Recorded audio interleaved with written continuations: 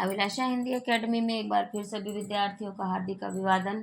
हम देख रहे थे चैप्टर वाइज प्रैक्टिस सेट। इसके अंतर्गत अभी हमारा चल रहा है संपूर्ण व्याकरण, और इसी नाम से संपूर्ण व्याकरण नाम से ही इसकी प्लेलिस्ट भी बनी हुई है। अब तक जितनी भी कक्षाएं हुई हैं वो सबकी प्लेलिस्ट एक साथ बनी हुई है। और इसके अलावा टीजीटी पीजीटी के भी 10-10 सालों के प्रश्न पत्र मेरे चैनल पर आपको मिल जाएंगे।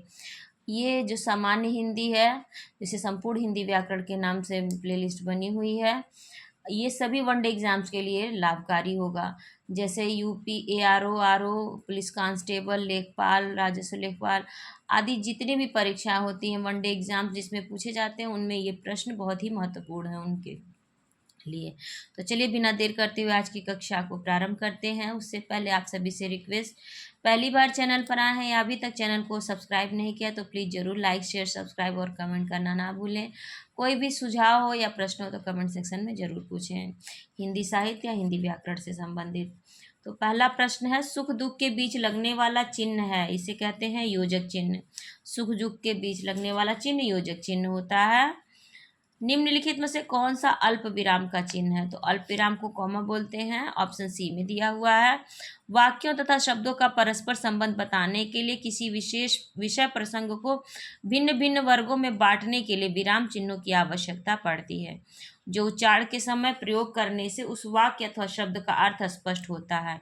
मुख्य विराम चिन्ह इस प्रकार है, पूर्ण विराम, सीधी सरल रेखा, अल्प विराम, कॉमा, अर्ध विराम, कॉमा और उसके ऊपर बिंदी। देखिए अल्प विराम और अर्ध विराम सबसे ज़्यादा परीक्षाओं में पूछे जाते हैं।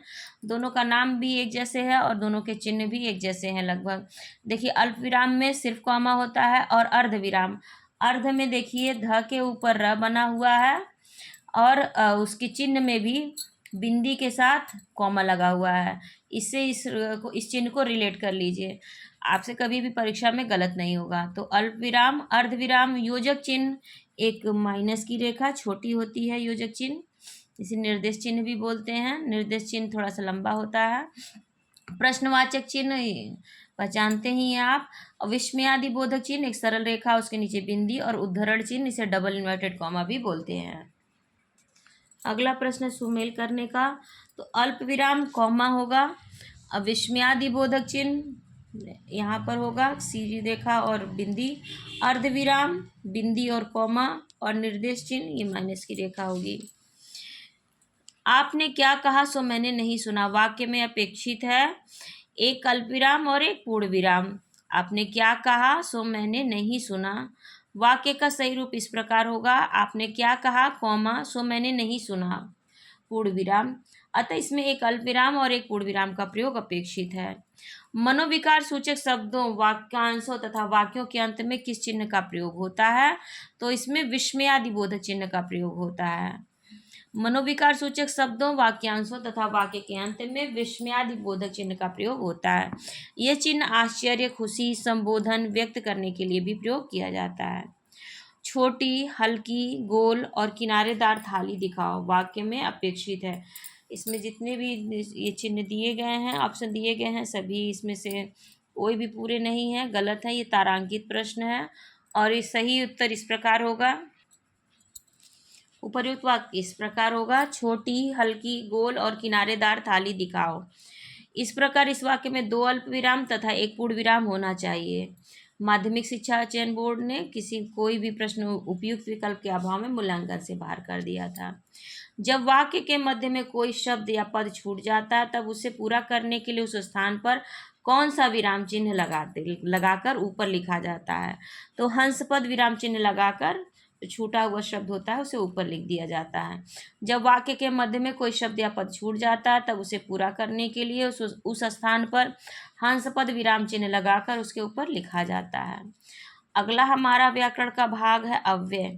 निम्नलिखित में से कौन सा अव्यय है? जब, ठीक, पुत्र, उपर्युक्त में से एक से अधिक या उपर्युक्त में से कोई नहीं। तो इसका उत्तर होगा डी, अर्थात उपर्युक्त में से एक से अधिक। जब तथा ठीक दोनों अव्यय हैं। वस्तुतः जिन शब्दों में लिंग, वचन, पुरुष, कारक इत्यादि के कारण कोई परिवर्तन नहीं होता उन्हें अव्यय कहते हैं। अव्यय के अंतर्गत क्रिया विशेषण, संबंध बोधक, समुच्चय बोधक तथा विस्मयादि बोधक शब्द भी आते हैं। निम्नलिखित में से कौन सा क्रिया विशेषण है? अरे, हाय नगर, उपर्युक्त में से एक से अधिक या कोई नहीं, तो इसका भी उत्तर होगा उपर्युक्त में से एक से अधिक। हाय, अरे, ठीक, दूर, फिर इत्यादि क्रिया विशेषण अव्यय हैं।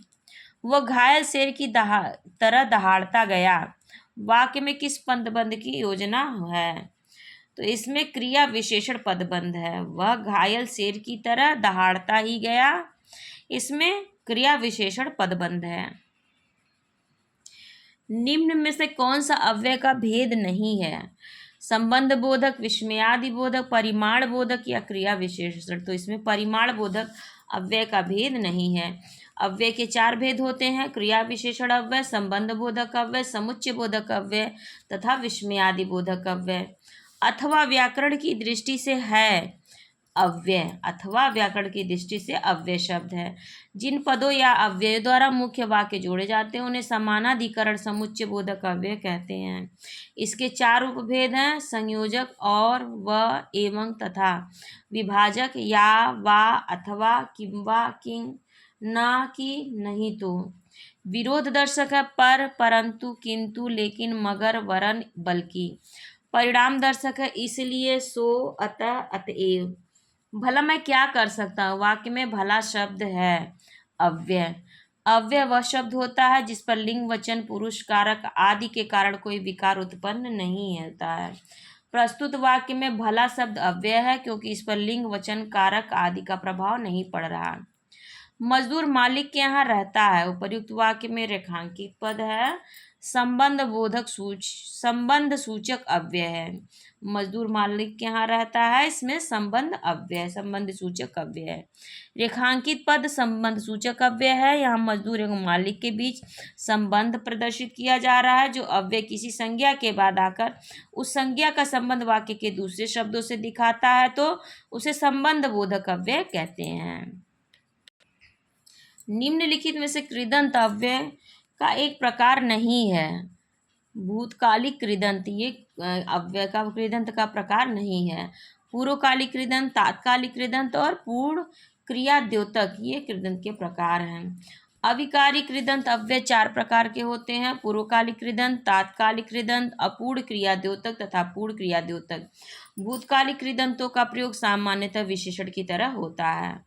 काल, मैंने रमेश को मारा था, वाक्य में भूतकाल का कौन सा भेद है? इसमें पूर्ण भूतकाल है। मैंने रमेश को मारा था वाक्य में पूर्ण भूतकाल है। वस्तुतः यह वाक्य पूर्ण भूतकाल का उदाहरण है। क्रिया के उस रूपांतर को क्या कहते हैं जिससे उसके कार्य व्यापार के समय और उसकी पूर्ण अथवा अपूर्ण अवस्था का बोध हो? उसे काल कहते हैं। क्रिया के उस रूपांतर को काल कहते हैं जिससे उसके कार्य व्यापार के समय उसके पूर्ण अथवा अपूर्ण अवस्था का बोध होता है। काल के 3 प्रकार होते हैं: वर्तमान काल, भूतकाल तथा भविष्यत काल।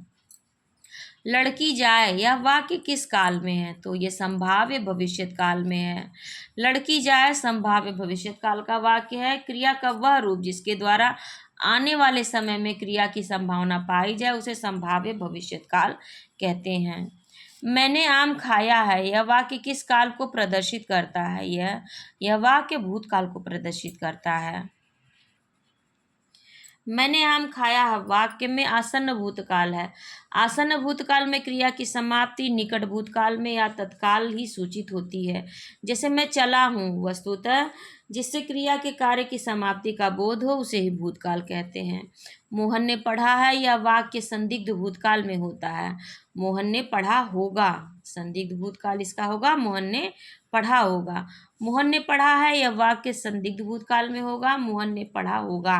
संदिग्ध भूतकाल में यह संदेह बना रहता है कि भूतकाल में कार्य पूरा हुआ था या नहीं। अगला हमारा टॉपिक है इस व्याकरण में वाच्य। वाच्य के कितने भेद होते हैं? तो इसके 3 भेद होते हैं। वाच्य के 3 भेद होते हैं: भाववाच्य, कर्तृवाच्य तथा कर्मवाच्य। वाक्य के प्रयोग इन्हीं तीनों आधारों पर इस प्रकार होते हैं: कर्तरी प्रयोग, भावे प्रयोग तथा कर्मणि प्रयोग। मुझसे भागा नहीं जाता वाक्य में किस वाच्य की योजना है? इसमें भाववाच्य है। मुझसे भागा नहीं जाता वाक्य में भाव वाक्य की ही योजना है। वस्तुतः जब क्रिया कर्ता व कर्म को छोड़कर भाव के अनुसार हो तो भाववाच्य का निर्माण होता है। भाववाच्य में क्रिया प्रायः कर्मक होती है। मोहन से चला नहीं जाता वाक्य में कौन सा वाच्य है? तो इसमें भाववाच्य है।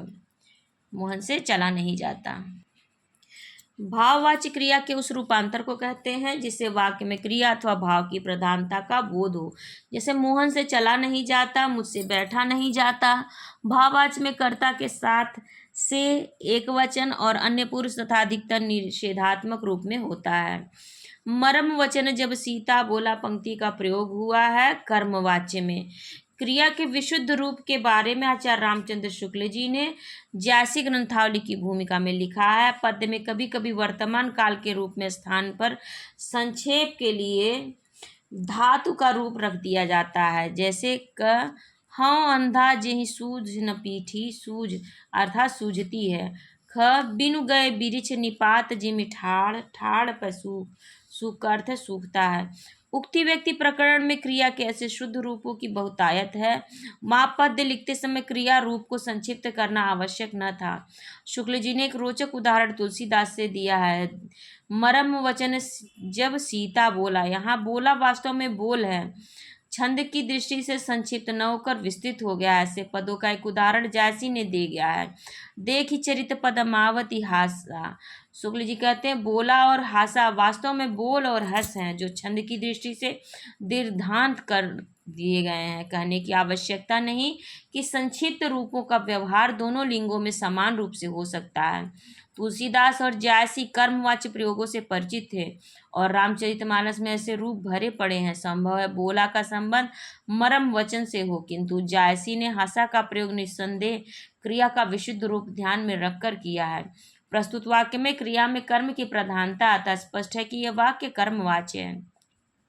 राम रोटी नहीं खाता, इस वाक्य का कर्मवाच्य रूप है राम से रोटी नहीं खाई जाती है।